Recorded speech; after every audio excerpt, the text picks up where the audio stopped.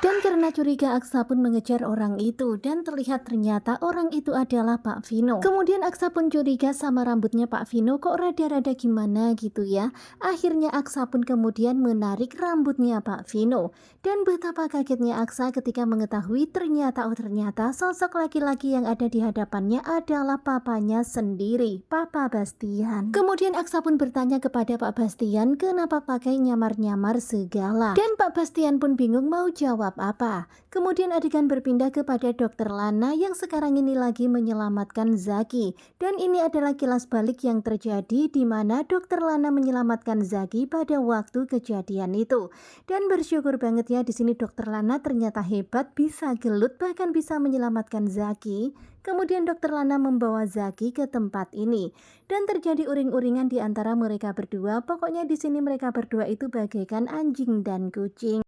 Kemudian karena geram, Dokter Lana pun ingin memberikan pelajaran kepada Zaki. Dia pun kemudian keluar dan kembali mengunci Zaki di dalam ruangan itu. Kemudian Dokter Lana melihat ada seorang laki-laki yang mencari-cari Zaki. Dan ternyata Dokter Lana penasaran, oh ternyata itu ya temannya Zaki. Kemudian Dokter Lana pun mendekati Adam dan mengatakan, kamu temannya Zaki ya, sekarang ini Zaki sedang dalam penanganan saya. Tentu saja sekarang ini Adam lega banget ya karena ternyata dia telah menemukan Zaki di rumah sakit ini.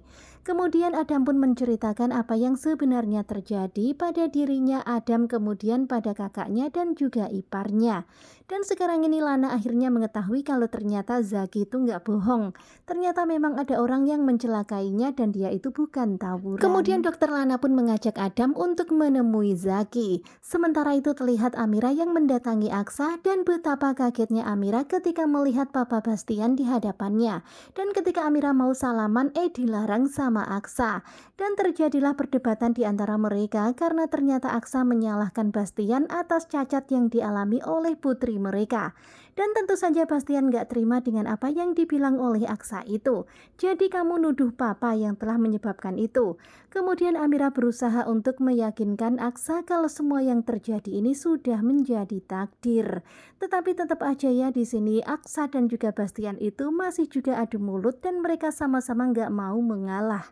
Bahkan di sini Bastian itu malah menjelek-jelekkan Amira. Semuanya ini gara-gara Amira.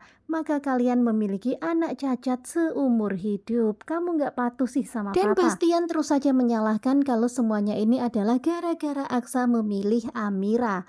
Kemudian Amira masih berbesar hati. Amira tetap bersikap lembut. Dia pun mengajak Pak Bastian untuk pergi ke rumah dan ngobrol di dalam rumah. Sementara itu terlihat ya ketika sudah sampai di rumah pembicaraan terus memanas. Dan ketika Amira memperkenalkan Sasa, cucunya Pak Bastian, Pak Bastian ini nggak mau menerima Sasa sebagai cucunya. Dan benar-benar ya Bastian juga tega, dia terus menghina-hina anak Aksa dan juga Amira. Hingga akhirnya Aksa pun naik pitam. Aksa begitu sangat kesal, untuk apa sih bawa Pak Bastian ke sini, percuma aja. Dan tetap aja di rumah Aksa itu Bastian itu nyalah-nyalahin Amira dan terus saja menjelek-jelekkan Amira dan menghina-hina putri mereka. Benar-benar rasanya Aksa nggak kuat lagi, benar-benar geram. Kemudian Bastian juga keras kepala, dia pun juga nggak sudi berada di rumah ini, dia nggak akan kesini lagi. Tetapi Amira tentu saja nggak tinggal diam. Kemudian Amira pun meminta izin untuk menemui Bastian dan ngomong sama Bastian. Terlihat ya di sini Amira masih bersikap baik pada Pak Bastian. Tetapi Pak Bastian bilang jangan bersikap sok-sok kayak malaikat. Dan begitulah ya Bastian terus berusaha menyakiti hati Amira. Tetapi Amira tahu kalau Bastian itu sayang sama Aksa. Dan Amira yakin itu karena Pak Bastian 2 kali memberikan surat peringatan kepada Aksa supaya berhati-hati karena ternyata Galang masih hidup. Dan itu artinya Pak Bastian masih peduli dan di dalam lubuk hati terdalam masih sayang sama Aksa. Tetapi ya begitulah di sini Bastian belum mau mengakui semuanya itu. Dan hingga pada akhirnya Bastian pun memilih pergi. Kemudian Amira pun ngajak Aksa untuk menenangkan diri. Mereka pun kemudian menerbangkan lampion. Nah tentunya penasaran banget kan apa yang akan terjadi selanjutnya. Pokoknya stay tune terus aja bersama dengan Gogo Coba. Terima kasih buat kalian yang sudah selalu setia dan jangan lupa nantikan video selanjutnya. Terima kasih dan bye-bye.